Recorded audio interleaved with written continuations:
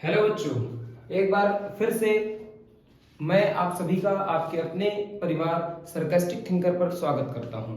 मैं सीबी आपके लिए लेके आ गया हूं फिर से एक महत्वपूर्ण परीक्षा उपयोगी टॉपिक जो हाई स्कूल के लिए है और पहले चैप्टर का आखिरी तंत्र है जिसका नाम है ह्यूमन एक्सक्रीटरी सिस्टम।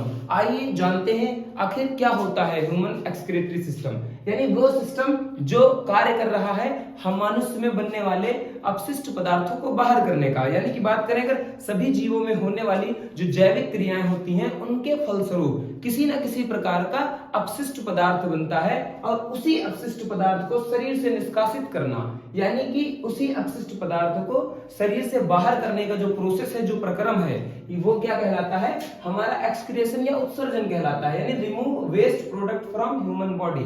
हम कह सकते हैं कि वे जैव प्रक्रम जिसके अंतर्गत हम अपशिष्ट पदार्थ को शरीर से बाहर करने का कार्य करते हैं, त्याग करने का कार्य करते हैं, उसे उत्सर्जन कहते हैं। और इसमें कार्य करने वाले अंगों को उत्सर्जी अंग तथा सम्मिलित रूप से इसे उत्सर्जन तंत्र कहा जाता है। आइए बात करते हैं हम कुछ ऐसे जीव जिनका एक्सक्रीटरी मटेरियल अलग अलग प्रकार का होता है, जिसमें नंबर 1 पर आता है अमोनोटेलिक। अगर अमोनोटेलिक की बात करें तो इसके अंतर्गत वे जीव आते हैं जो अपना उत्सर्जी पदार्थ, वे जीव जो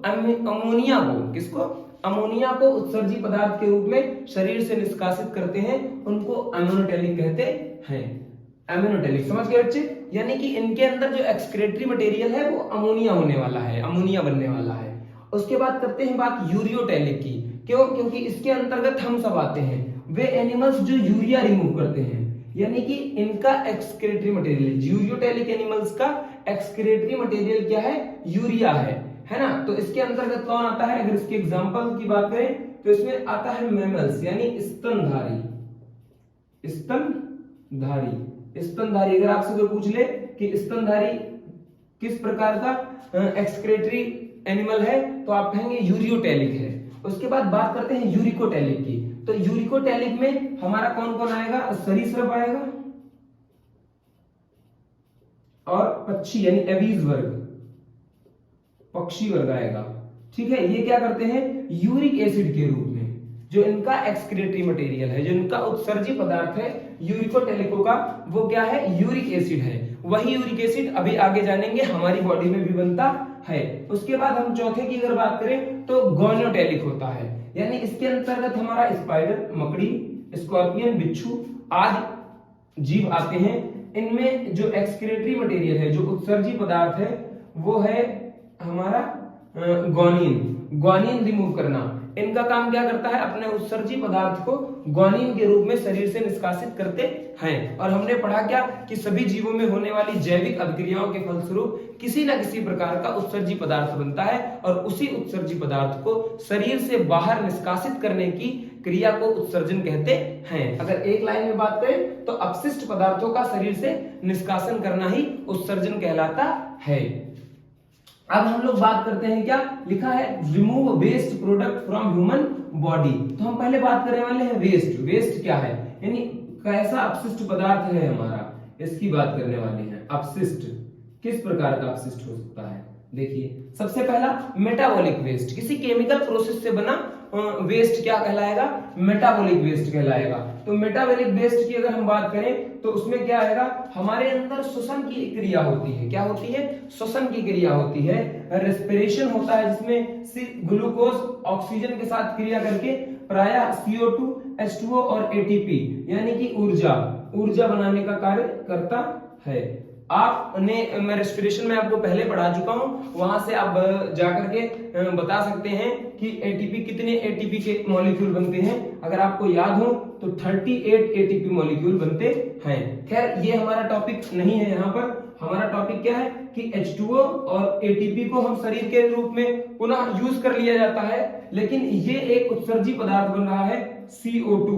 अगर CO2 का एक्सक्रीशन नहीं करेंगे हम तो CO2 H2O के साथ क्रिया करके क्या बना लेगा? H2CO3 यानी कार्बोनिक एसिड बना लेगा, जो मानव शरीर के लिए अत्यंत हार्मफुल है, अत्यंत हानिकारक है। तो अब एक्सक्रीशन यानी एक हमारा क्या निकला? Metabolic waste. किसी प्रकार का उपापचयी पदार्थ जो केमिकल प्रोसेस यानी रासायनिक अभिक्रियाओं से तैयार हुआ हो। दूसरी बात करें अगर हम क्रिएटिनाइन की, दूसरा हमारा क्या लिखा है क्रिएटिनाइन, इसको बेटा हिंदी और इंग्लिश दोनों में सेम ही पढ़ेंगे। मसल्स और बोन्स यानी पसलियों, हड्डियों, उपास्थियों कह लें, जिनमें भी कह लें अस्थियों पसलियों में क्या होते हैं क्रिएटिनाइन फास्फेट पाया जाता है। क्रिएटिनाइन फास्फेट जब टूटता है तो क्रिएटिनाइन अलग और फास्फेट अलग हो जाता है। फास्फेट और क्रिएटिनाइन क्या करते हैं ब्लड में घुल जाते हैं, फास्फेट तो एब्जॉर्ब कर लिया जाता है, लेकिन क्रिएटिनाइन क्या है बच्चे हमारे ह्यूमन बॉडी के लिए हार्मफुल है। तो क्रिएटिनाइन का उत्सर्जन करना बहुत जरूरी है।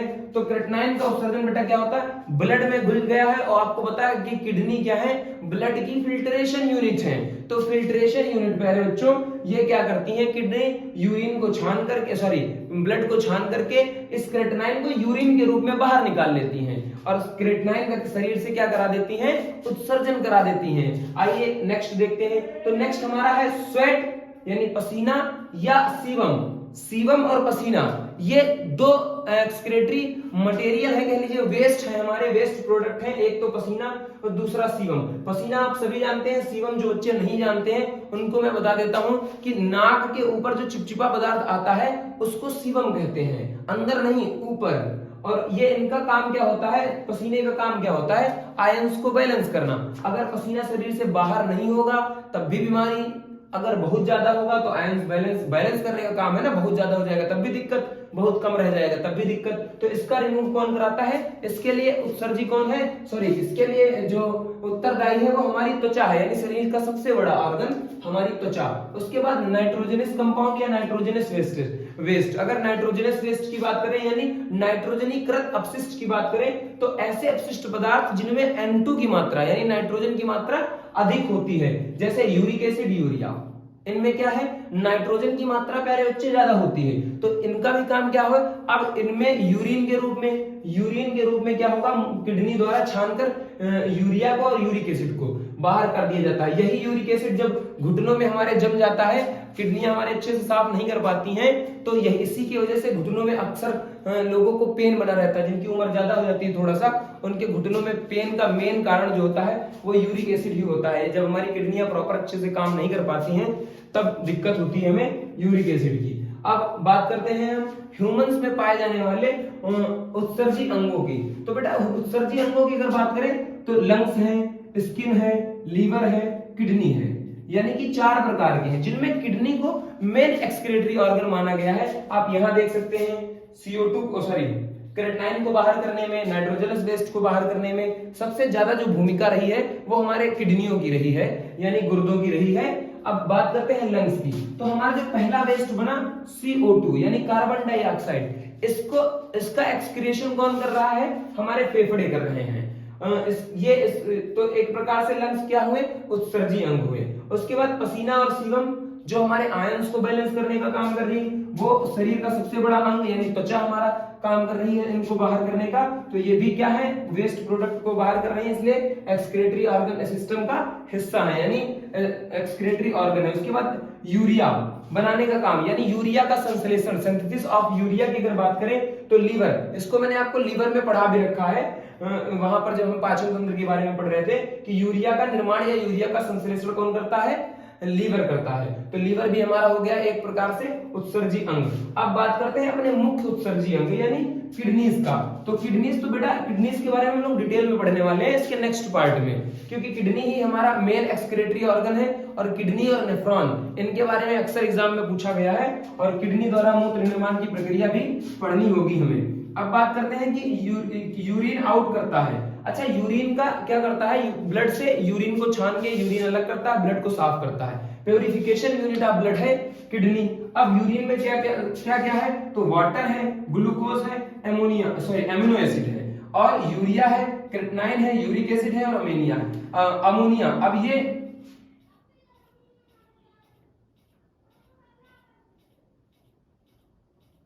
अब देखिए ये तो ठहरे भैया हार्मफुल हमारे लिए, यानी इनका जो है शरीर से उत्सर्जित होना बहुत जरूरी है। ये यूरिया, क्रेटिनाइन, यूरिक एसिड और अमोनिया, ये चारों क्या है, हार्मफुल प्रोडक्ट है मानव शरीर के लिए। तो इनका क्या होना है, एक्सक्रीशन होना जरूरी है। तो कौन छान के ला रहा है, किडनी छान के ला रही है। लेकिन वहीं पर क्या, जब एक्सेस चीजें ज्यादा हो गई, यानी वाटर की मात्रा ज्यादा हो गई, ग्लूकोज की मात्रा ज्यादा हो गई, अमोनिया की मात्रा ज्यादा हो गई, तो ये क्या होते हैं, जितना एक्स्ट्रा हो जाता है, क्या हो जाता है, एक्स्ट्रा मात्रा जो हो जाती है हमारी, एक्स्ट्रा जो हो जाता है उसको क्या करते हैं, फिर यूरिन के थ्रू शरीर से बाहर कर दिया जाता है, ताकि हमारे अंदर किसी प्रकार की समस्या ना होने पाए। उम्मीद करता हूं कि एक्सक्रीटरी सिस्टम को आपने अच्छे से हमारे साथ समझ लिया है।